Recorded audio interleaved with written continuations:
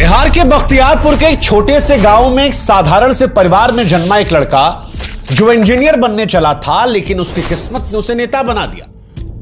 वो जेपी आंदोलन की आंधियों में तप कर निकला, जल्दी बिहार की राजनीति का ऐसा सितारा बना जिसे अब बिहार की सत्ता का बाजीगर कहा जाता है। कभी लालू यादव के साथ मिलकर बदलाव की मशाल उठाई तो उन्हीं लालू के जंगल राज के खिलाफ बिगुल फूंक दिया। फिर बीजेपी के साथ मिलकर बिहार को नया चेहरा दिया।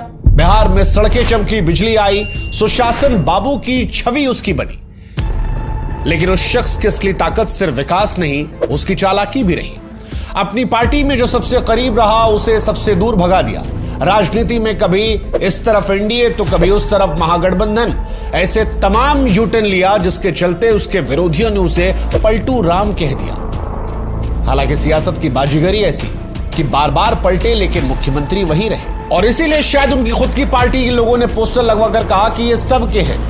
लालू यादव ने कहा कि इनके पेट में दांत है, हमारे मुंह में सीधे 32 दांत है, उनके पेट में नीतीश के दांत है जो वहां चलेगा। तो चिराग पासवान ने कहा कि इनके दाएं हाथ को नहीं पता कि बाएं हाथ में क्या चल रहा है। यह कहानी नीतीश कुमार की है।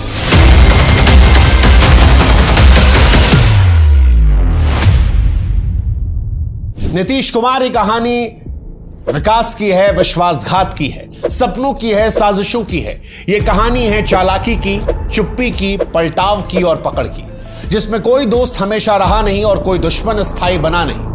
मगर इन सब से आगे बढ़कर यह कहानी उस सियासी संतुलन की है जिसने बिहार के गांव से लेकर दिल्ली के गलियारों तक हर किसी को सोचने पर मजबूर कर दिया कि आखिर नीतीश कुमार है किसके। या ये कहिए, कौन है बिहार में जो बगैर नीतीश के अकेले सत्ता की कुर्सी को पकड़ सकता है। क्या आप अपने बिजनेस को नेक्स्ट लेवल पर ले जाना चाहते हैं या उन लोगों से जुड़ना चाहते हैं जो रियल में ग्रोथ कर रहे हैं? अगर हां तो ओडू कम्युनिटी डेज को मिस मत कीजिएगा।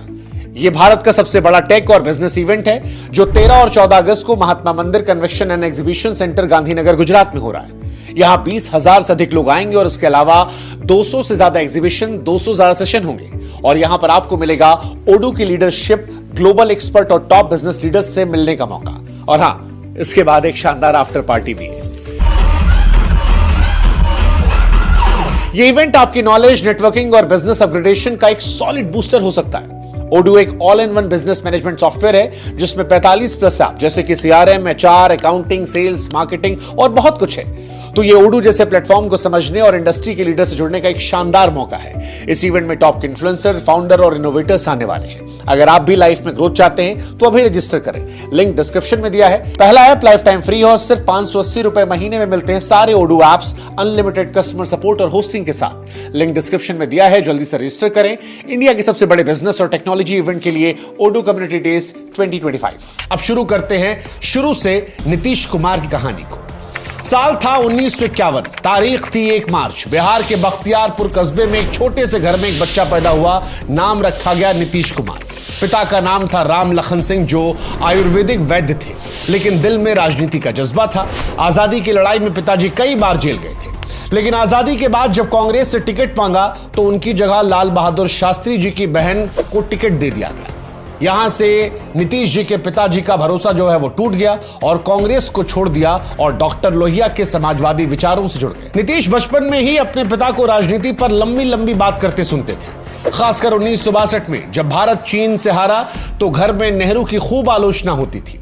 ये बातें नीतीश के मन में गहराई तक बैठ गई। बाद में खुद कहा था उन्होंने कि आंख खोलते ही सदमा मिला था। पहली खबर जो याद है वो यही कि चीन ने हमें हरा दिया था। तभी से कांग्रेस के लिए नीतीश कुमार के मन में नाराजगी बैठ गई थी। पढ़ाई में नीतीश कुमार तेज थे। एक बार 10वीं की परीक्षा में गणित में पूरे 100 नंबर लाने का सपना देखा। सवालों के सारे जवाब आते थे, लेकिन जैसे ही पेपर खत्म हुआ कॉपी छीन ली गई। नीतीश कुमार को यह बात चुभ गई। उन्हें लगा कि अगर 5-10 मिनट और मिल जाता तो शायद वो 100 में 100 नंबर ला लेते। लेकिन बाद में, सालों बाद जब वो मुख्यमंत्री बने तो ये फैसला किया कि बच्चों को परीक्षा में 15 मिनट ज्यादा दिया जाएगा। बचपन की एक और घटना नीतीश कुमार की जिंदगी में सबक के तौर पर आई। एक बार वो और उनके दोस्त रेलवे स्टेशन को पार कर रहे थे, लेकिन ब्रिज नहीं बना था। दोनों ने मालगाड़ी से नीचे निकलने की सोची, लेकिन जैसे ही झुके और नीचे से आगे बढ़ने लगे, मालगाड़ी चल पड़ी। जैसे तैसे बाल बाल वो और उनके दोस्त बचे। उस दिन मौत सामने खड़ी थी।